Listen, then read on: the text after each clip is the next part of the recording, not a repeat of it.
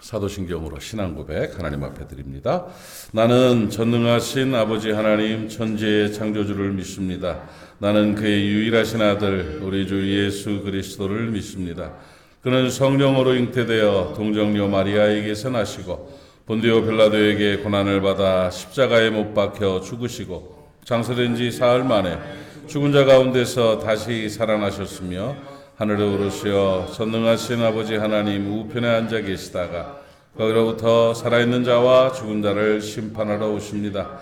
나는 성령을 믿으며 거룩한 공교회와 성도의 교제와 죄를 용서받는 것과 몸의 부활과 영생을 믿습니다. 아멘. 하나님 말씀 시편 24편에서 말씀 보겠습니다. 시편 24편. 시편 24편 3절 4절 말씀을 제가 봉독하겠습니다. 여호와의 산에 오를 자가 누구며 그의 거룩한 곳에 설 자가 누구인가? 곧 손이 깨끗하며 마음이 청결하며 뜻을 허탄한 데 두지 아니하며 거짓 맹세하지 아니하는 자로다. 아멘. 오늘 이 산에 관해서 좀 같이 말씀을 나누겠습니다. 지난 주일에 구원에 관한 말씀이죠. 구원론을 산을 중심으로 해가지고 풀어갔었는데 다시 한번 정리하고 하나님께서 구원 계약들을 산을 통해서 하시고 이루어가신 내용들에 대해서 우리가 마음에 정리를 하고 또 복음을 전하는 도구로 우리가 쓰임 받았으면 좋겠습니다. 하나님은 그 구원 계획을 가지고 계셨죠. 구원입니다. 구원. 그러니까 인류가 전지전능하신 하나님은 사람이 타락할 것을 알고 하나님을 떠나고 저주와 영원한 지옥 형벌을 받을 것을 알고 계셨죠. 그러나 창세 전부터 알고 계신 그 사건, 그 일들을 통해서 우리 하나님께서는 그럼에도 불구하고 사람들을 구원해서 하나님의 백성으로 하나님의 자녀로 영원한 천국 복락을 누리도록 해야겠다 하는 계획을 가지고 계셨던 것이죠. 혹자들은 가끔 그런 말을 합니다. 선악과를 왜 만들어가지고 그렇게 사람들을 힘들게 하고 이렇게 예수님도 죽고 이렇게 하느냐. 뻔히 선악과를 따먹을 걸 알면서 왜 만들었느냐 하는 이야기들을 많이 하는데 그것이 내가 목회를 하게 된 신학을 계속하게 된 중요한 나에게 주신 레마 중에 하나인데 선악과를 왜 만들었느냐. 뭐 다른 거 설명할 것도 없습니다. 선악과를 만들면 내가 따먹을 거 알았죠. 선악과를 만들면 그래서 내가 죽을 걸 알았죠. 그럼에도 불구하고 만들었죠. 근데 하나님이 또 하나 아신 게 있습니다. 그게 뭐냐면 당신도 죽어야 될 걸 알았어요. 당신도 아들로 자기도 죽어야 될 것을 아셨습니다. 그럼에도 불구하고 만든 데는 이유가 있겠죠. 뭡니까? 선악과 만들기 전에는 사람과 하나님의 관계는 창조주와 피조물의 관계였습니다. 그러나 선악과 사건 이후로 십자가가 이어지게 되고 십자가의 피의 구원의 역사로 말미암아 우리는 하나님을 아버지라고 부를 수 있는 그런 존재가 된 겁니다. 이것은 어느 것으로도 설명할 수 없는 엄청난 능력이고 가치입니다. 그러니까 선악과가 우리에게 악이 아니에요. 선악과는 하나님의 은혜입니다. 우리를 피를 부어서 우리를 자녀 삼기 위해서 그래서 선악과를 허락하신 그 하나님의 은혜가 깨달아지면서 제가 그 하나님의 은혜를 전해야 되겠다. 그래서 목사로 하나님 쓰임 받기를 원합니다 하면서 엎드렸던 중간에 물론 신학을 하면서 이 문제가 해결 안 되면 나는 목사 안 합니다. 신학교 안 다닙니다. 내가 뭘 해도 내가 먹고 살지 뭐 이러면서 그런데 여기에 탁 엎드려져서 서울신학대학교의 그 중앙 본관의 기도실에 계속 아침마다 가서 기도하면서 거기서 엎어져서 신학을 대학원을 하고 이렇게 해서 목사가 됐죠. 이거는 누가 뭐래도 구원의 역사하심에 대한 우리를 구원하셔서 하나님의 자녀 삼으심에 대한 하나님을 아버지라고 부를 수 있는 그 하나님의 계획에 대한 승리라고 저는 믿습니다. 여러분 하나님께서 우리를 향한 구원 계획이 있으셨습니다. 그래서 선악과를 통한 그런 역사를 하나님께서 보여주시기 위해서 성경의 구원에 대한 계획들과 계약들을 계속 기록하고 있습니다. 성경의 주제는 구원입니다. 구원. 허접한 얘기 할 게 없습니다. 쓸데없는 거 성경 공부한답시고 앉아가지고 누가 몇 년도에 뭐 했고 뭘 하고 그거 갖고서 시간을 허비하고 인생을 허비합니까? 그렇게 책을 낸다는 사람들 보면 책 낸 거 보면 맨 쓸데없는 거 갖고 문학적 관점에서 성경을 해석해서 어쩌고 택도 없는 소리 하지 마십시오. 구원만 얘기해도 할까 말까 이게 지금 하나님의 구원의 은총과 그 역사하시면 엄청난 거예요. 그 구원에 관한 내용들로 우리가 하나님 앞에 매어야 되고 엎드려야 되고 깨달아야 되고 감사해야 될 줄로 믿습니다. 하나님께서 그 구원에 관한 이야기들을 해주시면서 산을 통해서 역사하시는 그 서정을 또 보여주신 거예요. 그래서 오늘 본문에서 나오는 여호와의 산에 오를 자 누구냐? 이 여호와의 산이라는 건 하나님이 택하신 산입니다. 그 복음과 또 예배와 섬김의 그런 장소로 여호와의 산이다. 이렇게 그냥 지칭한 거죠. 그러니까 에덴 동산이 여호와의 산이고 또 모리아 산이 여호와의 산이고 뭐 시내 산이 여호와의 산이 그렇잖아요. 이게 여호와의 산이에요. 하나님이 주관하신 그 산에 관한 이야기들로 구원의 약속과 구원의 예표로서의 그런 모습들, 구원의 계약 그리고 구원 성취에 대해서 말씀을 드리도록 하겠습니다. 구원 약속은 에덴 산에서 처음 있었습니다. 그러니까 구원의 역사심의 출발점, 하나님의 구원 계획의 계시하심이 창세기 3장 15절입니다. 창세기 3장. 그러니까 신구약 66권 전체를 볼 때 엄청 다급하게 그걸 제시하신 거예요. 그러니까 성경 전체의 주제가 다 구원이기 때문에 그 구원에 관한 말씀을 그냥 앞에다가 막 빠바박 하고 집어넣어 버린 거예요. 넣어가지고 이거 봐라. 여자의 후손으로 너희를 구원할 거야. 메시아 여자의 후손이 와서 뱀의 후손의 머리를 부술 거야 하면서 팍 보여주신 거죠. 그러니까 그 구원의 약속을 허락해 주신 구원할 거다. 예? 죄악 가운데 빠져서 하나님을 배반하고 영원한 지옥 형벌을 받은 너를 내가 구원할 거다. 구원할 거다. 그리고는 그 증거를 보여주시는 게 이제 가죽옷 사건이죠. 다음 주에 또 정리해서 양 이야기를 또 해드리겠습니다만은 그런 내용들이에요. 그래서 하나님께서는 에덴 동산에서 죄악에 빠져가지고 벌거벗은 두려움에 죄책감에 고통당하고 있는 저주받은 인생을 향해서 여자의 후손을 보내서 너를 구원한다 하는 메시지를 보여주시고 구원의 첫 약속을 허락해 주신 것입니다. 그 구원의 약속이 쭉 이어져 가면서 구원의 그 점진적 계시들이 쫙 점점 이루어져 가면서 결국 아주 멋진 또 하나의 정점이 딱 나타나는데 그게 창세기 22장의 모리아산입니다. 모리아산. 그 모리아산에서 이삭을 대신해서 죽은 숫양은 예수님을 보여주는 거예요. 그리고 그 모리아산은 나중에 예루살렘 성전이 됩니다. 이 아라우나의 타작마당이 됐다가 예수님 다윗에 의해서 그 모리아산이 예루살렘 성전이 되고 예수 그리스도의 십자가 사건을 통해서 그 성전이 교회가 되고 그 하나님 역사하심을 통해서 그 교회가 모리아 교회가 되는 이런 놀라운 역사가 나타나는 거죠. 이게 구원 서정이 아주 중요한 교회가 모리아 교회입니다. 모리아 교회. 그 모리아 산에서는 이삭이 죽었어야 되는데 이삭이 하나님께 드려지고 제단 위에서 죽었어야 되는데 이삭을 대신해서 순양을 보내주셔서 순양이 대신 죽어 제물이 됐어요. 제물 대신 그리스도이신 겁니다. 대신 죽으신 예수 그리스도. 그러니까 이 순양은 예수님을 예표하는 거죠. 그래서 모리아산은 예수님을 보여주는 산입니다. 예수 그리스도의 대신 죽은 양으로서의 예수 그리스도의 모습을 보여주는 산이 바로 모리아산인 것입니다.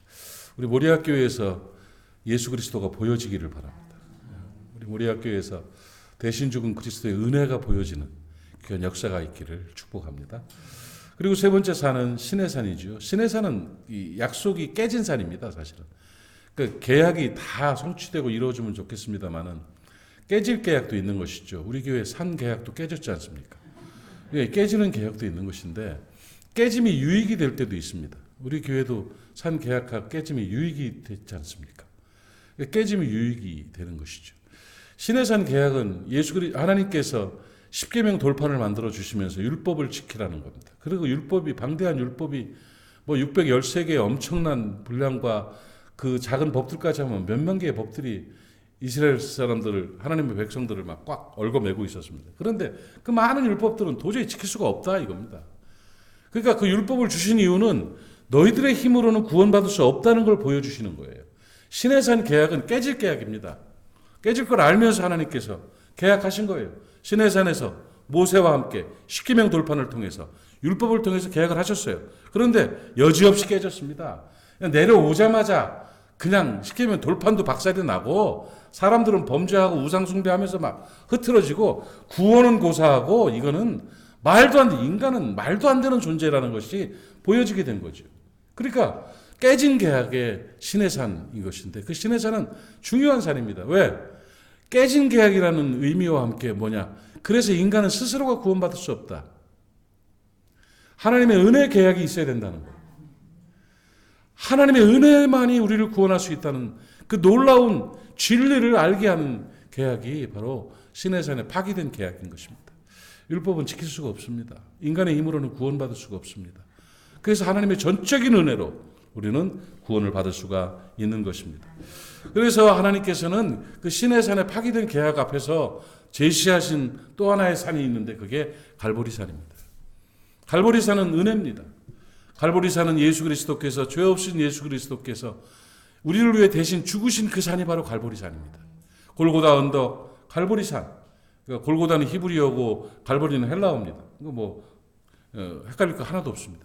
그 골고다 언덕, 그 갈보리산 언덕에서 예수 그리스도는 십자가에 처참하게 죽으셨습니다. 그리고 그 피 흘림으로 말미암아 그 죽으심으로 말미암아 우리가 죄 사함을 얻게 되는 것입니다.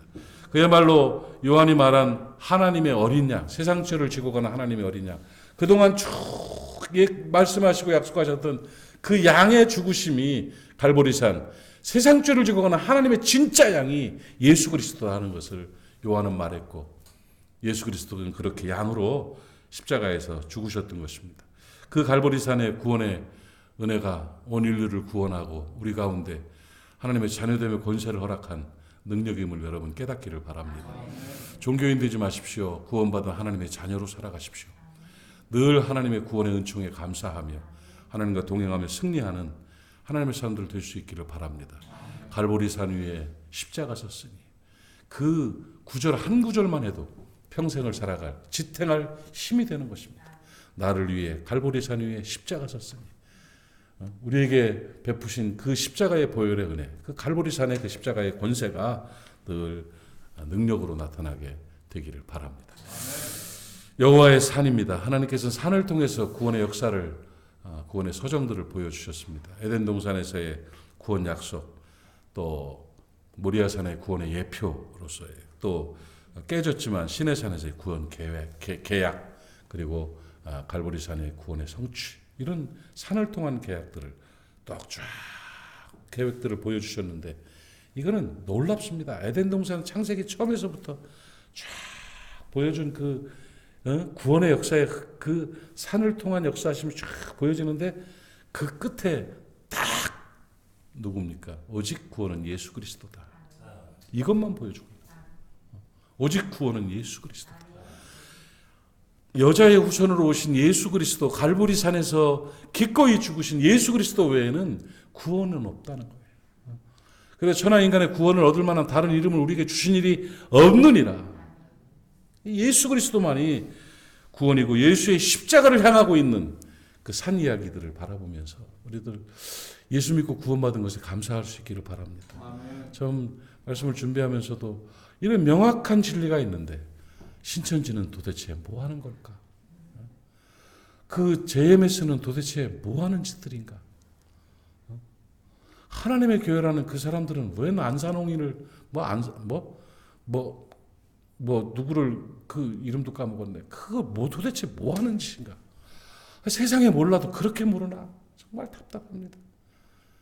이번에 막 우리 부활절 연합예배 하는데 우리가 해운대 성령대 집회를 위해서 2년 동안 준비하고 10만 모으기 위해서 한다고 그러니까 신천지 쪽에서 하는 조롱이 있대요. 조롱이. 우리는 10만 명 한 달이면 모으는데 이랬대요.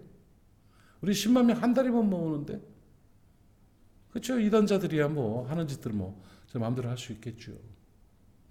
참 가슴 아프고 답답한 일입니다. 사랑하는 여러분, 주변에 예수 아닌 다른 것에 이게 신경 쓰는 사람들이 있으면 단호하시기를 바랍니다. 오직 구원은 예수입니다. 예수 외에는, 예수님 외에는, 십자가 외에는 구원이 없음을 단단히 믿고 성령의 은혜로 승리하는 우리 모두가 될 수 있기를 축복합니다. 기도합시다. 하나님 아버지 은혜를 감사합니다. 오늘 하나님께서 허락하신 말씀을 통해서 은혜를 받게 하시니 감사합니다. 아버지, 산을 통해서 우리에게 구원 계획을 보여주시니 감사합니다. 오직 예수 그리스도 외에는 구원이 없음을 알게 하시고 믿게 하시니 감사합니다. 예수 이름으로 승리하는 우리가 되게 하시고 예수 이름으로 구원받아서 하나님의 자녀로 살아가는, 그리고 능력 있는 그리스도의 제자로 살아가는 우리가 될 수 있도록 역사하여 주시옵소서. 오늘도 하나님 나라 건설의 노동자들이 될 수 있도록 도와주시어서 삶의 순간순간이 하나님 나라를 건설하는 일들이 될 수 있도록 은혜 허락하여 주옵소서. 새벽을 지키는 하나님의 사람들을 기억하시고 저들의 기도 가운데 응답하시며 저들의 삶이 주 안에서 더욱 복되게 하여 주옵시고 우리 모리아 사람들 모두가 오늘도 안전하고 행복하게 하여 주시옵소서. 예수님의 이름으로 축복하고 기도하옵나이다. 아멘. 하늘에 계신 우리 아버지, 아버지의 이름을 거룩하게 하시며 아버지의 나라가 오게 하시며 아버지의 뜻이 하늘에서와 같이 땅에서도 이루어지게 하소서.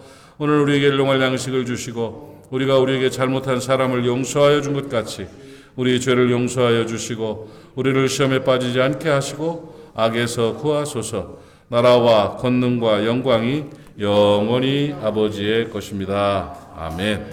그 말씀 기억하시면서 함께 기도하시고 오늘도 중보하고 승리하는 날 되시기 바랍니다. 주님 한번 부르고 통성으로 기도합니다.